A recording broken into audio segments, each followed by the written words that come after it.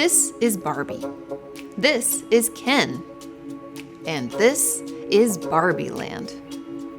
Flat feet, codependencies, and a total identity crisis. By the end of this video, we're going to find out if Barbie is the real problem in Barbie Land. When the Barbie movie first released, people everywhere flocked to the theaters. We got together with friends dressed up in pink and took photos in the Barbie box. So far, the movie has grossed over $1.4 billion. I feel it captured our attention because it spoke honestly about the female experience. America Ferrera's speech about what it feels like being a woman hit home and had all of us thinking about gender roles, and more importantly, our role in these issues. As a licensed therapist, I've spent the last 20 years studying people, what motivates them, upsets them, and the common issues we have in our relationships. I put all of that expertise to good use when watching and rewatching the Barbie movie, and I came up with 4 mental health issues hiding in plain sight. Number 1, codependency. Who would you say is the most codependent character in the movie?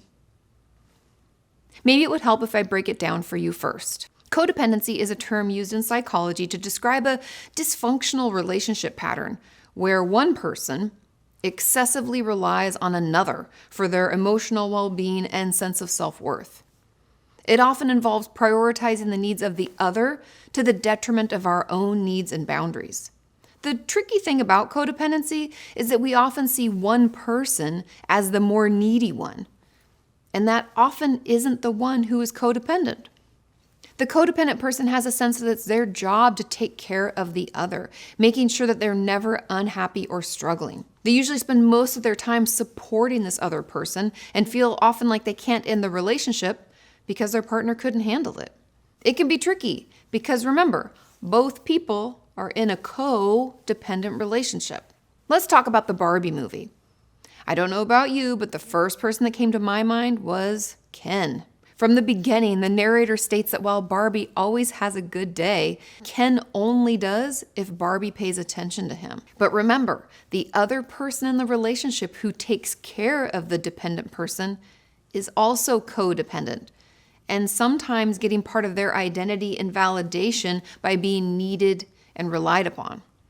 We see this when Barbie feels bad for Ken and doesn't want to hurt him. She knows that he depends on her, and she feels responsible in some way for him. She also struggles a bit when she loses his devotion. Although she doesn't want Ken to be dependent upon her, there's a part of her that doesn't know who she is or if she has worth if Ken isn't doting after her. And this goes for all the Kens and Barbies in Barbie Land. Not to mention the dependence or maybe enmeshment between Barbie and Gloria. When Gloria feels sad and thinks about death, so does Barbie. Gloria's emotions become Barbie's, and Barbie is told that she can't fix it unless she goes directly to the source. Issue number 2, crisis of identity. What moment would you say is the start of Barbie's identity crisis? Flat feet? Burned waffle? A crisis of identity is that deep inner struggle to answer questions like, who am I? Or what do I want out of life? It's about finding our place in the world, understanding our values, and discovering our authentic selves. A crisis of identity is crucial to discuss because it's often at the heart of mental health challenges. When we're unsure of our identity, it can lead to feelings of confusion, anxiety, and even depression. It's like navigating through life without a compass, and it can be incredibly challenging. Now let's talk Barbie. Barbie and Ken both experience a pretty intense crisis of identity. We see Ken not know who he is, which is why he tags along with Barbie on her adventure in the first place. He's just so lost that when they get to the real world, he attaches to any and everything that he sees being portrayed as what a man is. He quickly changes who he is to fit what other people are doing, because he clearly doesn't know who he is. Barbie, on the other hand, goes on a journey of self-discovery throughout the movie, starting with her feeling off, then thinking about death, and then working to understand her emotions and where they're coming from. She's even aware enough to not let Ken use her as a way of finding himself. Amazing. What's interesting is at the end of the movie, Barbie doesn't know who she is, right? She spends the entire film realizing that she doesn't know. And the solution is, or the breakthrough is, she figures this out and works to explore her identity. What I love about this is the reframe they create with her crisis of identity. Instead of focusing on the discomfort Barbie could have with not knowing who she is, the film allows her to investigate. The biggest lesson Barbie offers is that a crisis of identity isn't something to be feared. It's an opportunity for growth and self-fulfillment. Embrace the journey, and in the process, you may uncover a more authentic version of yourself. A quick random rant, I also really love that Barbie had the option of going back and just pretending everything was okay and perfect. But she didn't. She actually chose to be human and feel all the feels. She's honestly a great example to all of us. We have to feel those feels, even when they aren't nice or easy. Issue number 3, perfectionism. Do we think Barbie struggles with perfectionism? Perfectionism is the relentless pursuit of flawlessness, the setting of impossibly high standards for oneself, and the tendency to be overly self-critical. It's often driven by a deep fear of failure or rejection. Perfectionism is not merely a harmless desire for excellence. It can have a profound impact on our mental health. It can lead to anxiety, depression, and even burnout. It's like an endless race where the finish line just keeps moving farther and farther away. We don't notice Barbie's struggle with perfectionism in Barbie Land. Why do we think that is? Because there she feels perfect, or at least she does at first. But later, we see things go off the rails. The other Barbies and Kens gag when her feet go flat, and the girls pull back in horror when she spots some cellulite. In Barbie Land, they are expected to look and be perfect. You could say that there's an expectation of perfection in Barbie Land, but does Barbie herself struggle with it?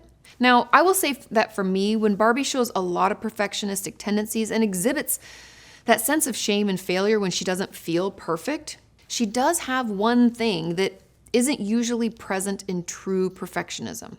In Barbie Land, she does feel perfect. When we are a perfectionist, we can believe that we are never enough. So when things are quote unquote perfect, they won't ever feel like they're perfect. In essence, if we can reach that goal, it means the goal wasn't set high enough. Barbie is able to celebrate and enjoy her success in Barbie Land. Perfectionists, even when they're achieving their dreams, they can only see what went wrong. Perfectionism can be a heavy burden to carry, but it is possible to let go and embrace self-acceptance. Self-acceptance is not about being flawless. It's about being authentically you. Issue number 4, toxic positivity. Do you think Barbie struggles with toxic positivity? Toxic positivity is an overemphasis on always maintaining a positive outlook, to the point where any expression of negative emotions is invalidated or dismissed. It's like living in a world where everything must be sunshine and rainbows, even when it's pouring rain. Obviously, we see this in Barbie Land. No one likes it when Barbie has questions about death or when she starts crying. The problem with toxic positivity is that it minimizes the value and insight we gain from healthy emotions. We name emotions good or bad. There aren't good emotions and bad emotions. Some of them might feel pleasant and some unpleasant, but they're all important. Honestly, my assessment of Barbie is that she doesn't seem to struggle with toxic positivity. She's just not experienced any painful stimulus that might prompt negative emotion. Imagine that. And when she does, she's not only able to feel the negative emotions, she seeks to describe them, explore them, and accept them. I truly love watching her try to put words to what's going on. It's just so honest and great. She doesn't seem to fear the more uncomfortable emotions and instead makes space for the discomfort or tension that comes with some of the situations she's navigating. Don't we all wish we were able to do that? There's a lot we can learn from Barbie when it comes to this. In conclusion, I would say that Barbie is not the problem, but Barbie Land itself was. I say was because I really love the ending and the reminder that we all need balance. Everyone should have a voice, and we're all just trying to figure out who we are and what we want in life. But I would love to hear your thoughts. Share in the comments down below and have a wonderful week.